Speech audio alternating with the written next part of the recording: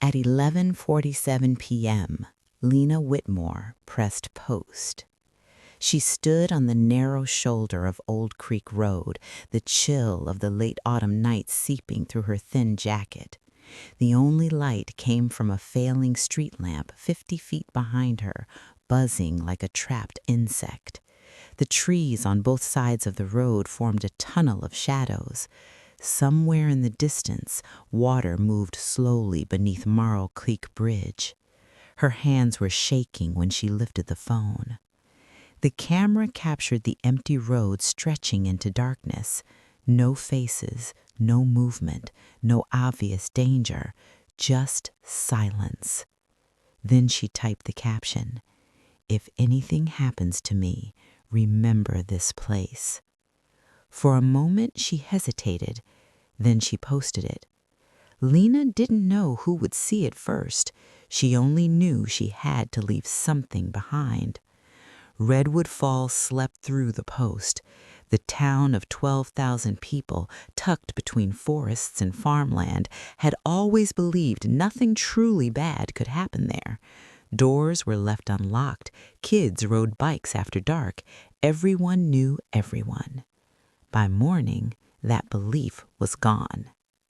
At 7:12 a.m., a fisherman named Walter Henson called 911 after spotting something pale near the base of Marl Creek Bridge. When Detective Caleb Cross arrived, the fog still clung to the ground.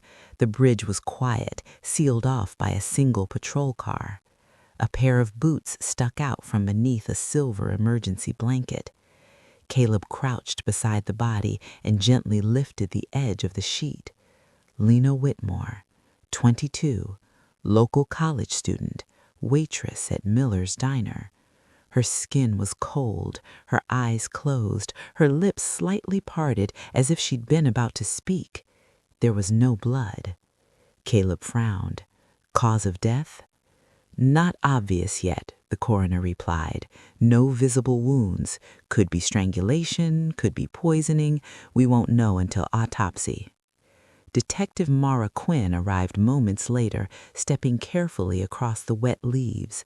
She scanned the area, the creek, the woods, the road, the bridge railing. No purse, no phone, no footprints either. Whoever did this knew what they were doing. A deputy approached holding a phone. "Sir, this might matter." The screen displayed Lena's last social media post. Caleb read the caption twice, then a third time. His chest tightened. When was this posted? 11:47 p.m. last night. Mara took the phone, zooming into the image. That's Old Creek Road, half a mile from here. She studied the photo longer than expected. "Caleb, look." She magnified the lower right corner.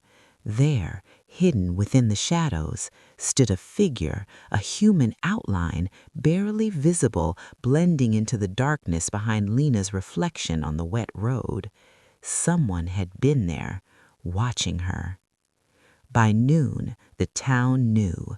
Lena's photo spread across every screen. News vans rolled in. Rumors grew faster than facts. Lena's mother collapsed when she saw the post. Her best friend Holly Mercer was brought in for questioning. She was scared, Holly whispered, hands clenched in her lap. She said someone had been following her, that she'd messed up something really bad. What something? Mara asked. She wouldn't say. Caleb checked Lena's apartment.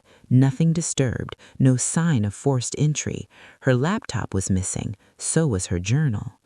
But what haunted him most was that photo. He stood in the quiet of the evidence room later that night, staring at the enlarged image on the wall. The shadowed figure seemed to change every time he looked at it. "Who were you with, Lena?" he murmured. Outside, the sun slipped below the trees. Somewhere in Redwood Falls, the person from that photograph was still walking free.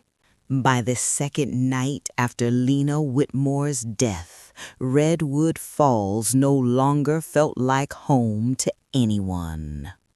Porch lights burned until sunrise. Curtains stayed closed. Every unfamiliar car became a threat. The photo haunted the town, the road, the shadows, the message. Everyone saw it. Everyone talked about it. And everyone wondered the same thing. Who was standing behind her? Detective Caleb Cross hadn't slept. He sat at his desk staring at the crime board, Lena's smiling photo, the image from Old Creek Road, the autopsy request form, and a list of names that kept growing. Across from him, Mara Quinn dropped a stack of files. "We've got movement." Caleb looked up. "Talk to me." Lena had been skipping classes. Her bank records show withdrawals she can't explain, and someone's been sending her money. Cash transfers, no account name. Caleb's jaw tightened. Someone was paying her. They drove to Miller's Diner, Lena's workplace.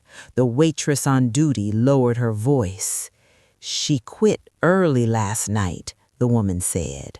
"Looked like she'd seen a ghost, kept checking the door." A cook leaned over.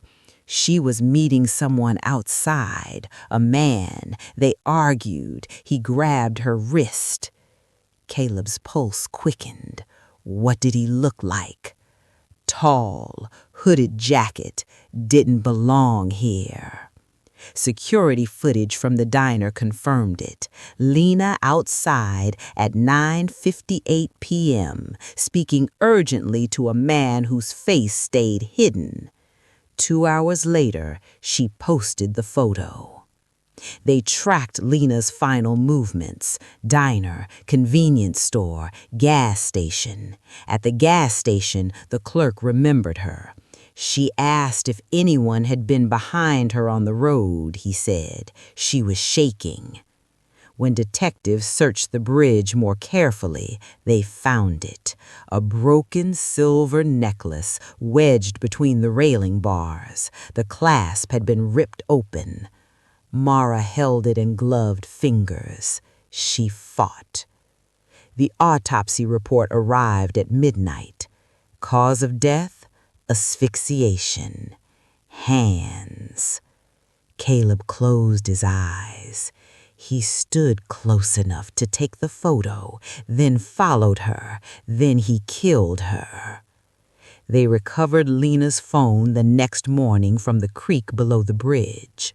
Waterlogged, screen shattered, almost completely wiped. Almost. One message remained in the draft folder. "He knows I told." Mara whispered, "Who? About what?" Then the lab technician entered with new results. The silhouette from the photo had been enhanced. The shadow had a face now. Caleb stared at the image, disbelief spreading through his chest. "It's Ethan Cole," Mara said. Everyone in Redwood Falls knew Ethan. Youth counselor, church volunteer, high school coach, the man who helped raise money for Lena's college tuition. They brought him in that afternoon. Ethan smiled calmly. "I was home last night. My wife, my neighbors, the security camera, all confirm it." His alibi was perfect, but his eyes avoided the photograph. When they showed him the enhanced image, he swallowed hard. "That's not me." Caleb leaned forward. "Then why was Lena afraid of you?" Silence. Ethan's jaw clenched. They released him. That night, Mara sat alone in her office reviewing Lena's laptop history recovered from cloud backups. She found hidden folders, recordings, documents, photos, evidence. Lena had been collecting proof against someone powerful in Redwood Falls, and Ethan Cole had been paying her. At 2:13 a.m., Mara's phone buzzed. Unknown number. A whisper on the line. "You're getting close. So did she." Then the call ended. Outside, a car door slammed. By morning, Ethan Cole was gone. Ethan Cole's disappearance shattered the illusion of his innocence. When detectives arrived at his house at dawn, the front door stood unlocked. His car was gone. His wife sat on the edge of the couch, pale, trembling, whispering the same sentence again and again. He said he needed air. He said he'd be back. He never was. Caleb Cross stared at the empty driveway. He ran. Redwood Falls erupted. Parents pulled their children from school. The church canceled services. The same man once trusted with their kids' futures was now the face of the town's nightmare. Inside the police station, Mara studied Lena's recovered files. Recordings, photos, bank transfers. Lena had been documenting abuse of power.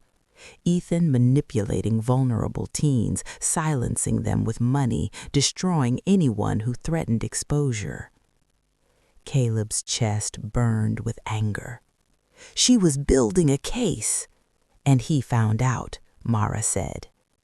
They traced Ethan's movements through toll cameras and gas receipts. He was heading north toward the mountains. At an abandoned cabin near Black Hollow Ridge, they found his phone discarded beside the road, smashed, bloody. Caleb crouched beside it. He's desperate now.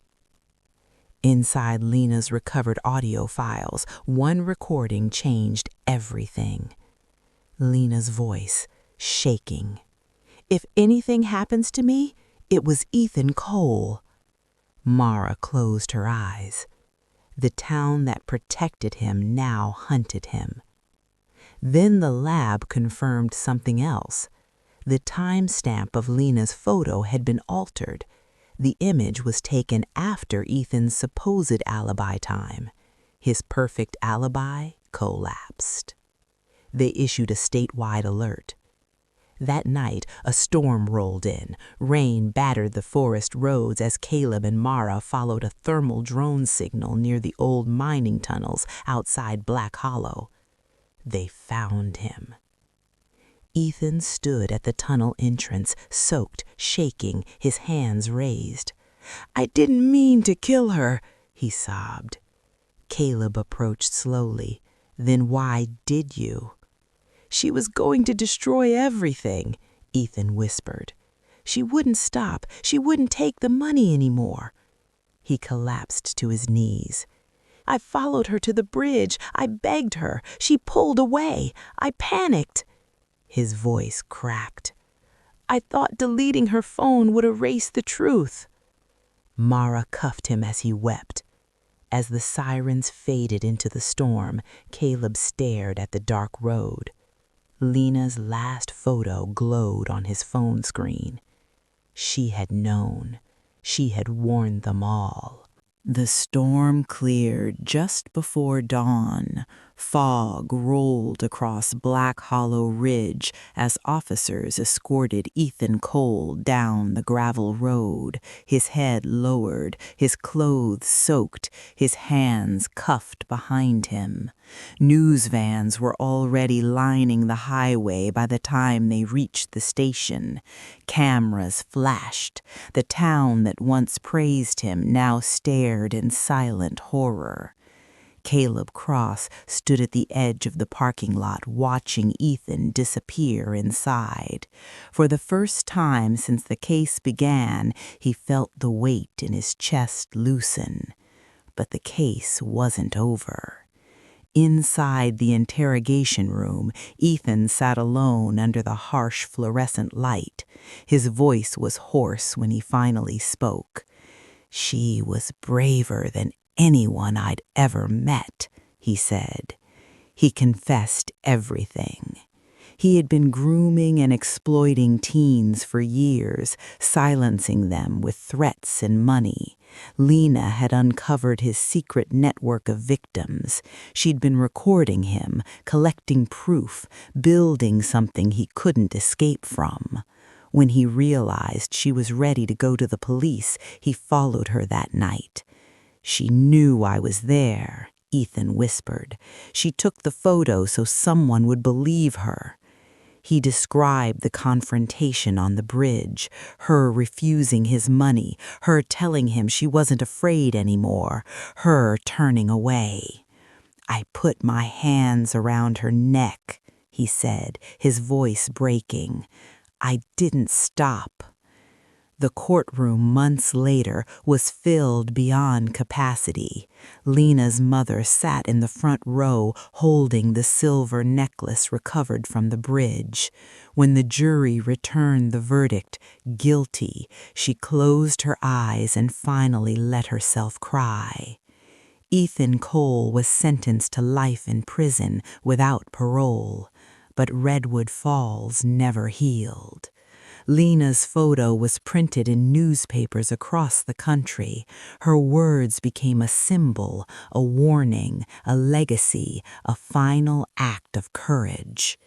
At the dedication of a small memorial near Marrow Creek Bridge, Caleb and Mara stood side by side as candles flickered in the wind.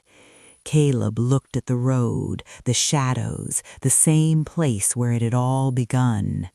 "She saved others," he said quietly. Mara nodded, "even after death."